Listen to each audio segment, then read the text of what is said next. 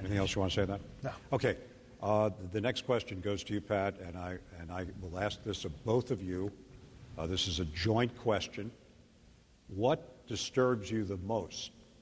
And you'll both get a chance to answer this, okay, about your opponent's campaign.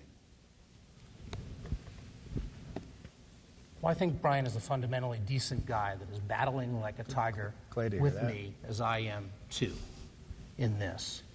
But what does disturb me is when he would put out advertisements that would suggest that somehow I have taken a position against Social Security, that I have supported those who are trying to create the right to preserve this by, using the investment funds. When I stood here on a forum with him before and clearly stated that that wasn't the case, yet he would pay for advertising to go out to create the perception that it is because somebody who gave a donation to the campaign supported that issue, that therefore I must too. And I think it was disingenuous because what it really does is, once again, it's like the other issues. They're not really there for the purpose of the truth. They're being designed to be put into these places to scare people, to see if we can create fear among senior citizens with the issue. And that's what was done with that advertising, and I think it was wrong. Okay, what disturbs you the most about your opponent's campaign? Well, I think the most disturbing thing about the campaign is Pat's position on the issues. The fact that he favors extending tax cuts for millionaires and corporations and adding trillions of dollars to the debt. The fact that he is towing the line with the NRA and refuses to take a very reasonable position to close the Florida loophole. The fact that he spoke out against the Small Business Lending Act, an act which makes credit and capital available to small businesses, and called it a bailout and addressed it with rhetoric rather than what was substantively good for the citizens of the 7th District. The fact that the leadership of his party does in fact propose the privatization of Social Security and the privatization of Medicare as the solution to those two programs staying solvent. Now, I didn't tell Pat to have a fundraiser with Eric Cantor or John Boehner or the other leaders of the Republican Party. And they can deny in election season that their solution to Social Security and Medicare is privatization. But all you have to do is read their speeches before the election came up.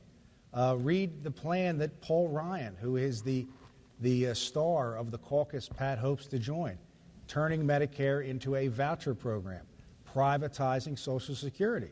So he may not be willing to admit that that's the agenda of the Republican Party in Washington, D.C., but it is, in fact, the agenda. The agenda of a party that he hopes to put into power. If that's the agenda, I'm not voting for it.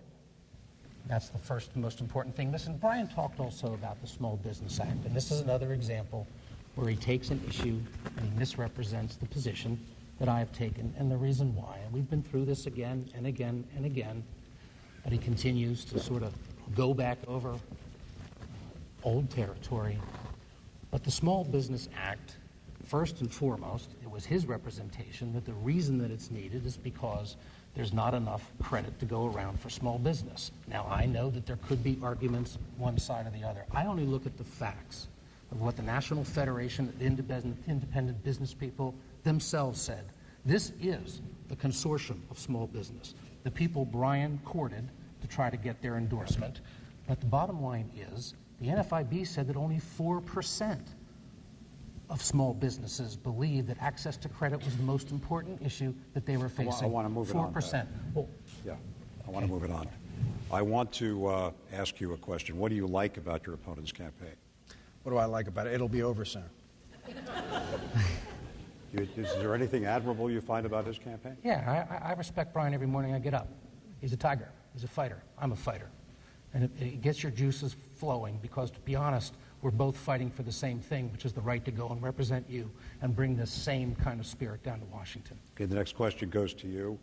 And I think it's an important one for a lot of people. There's not a lot of foreign affairs.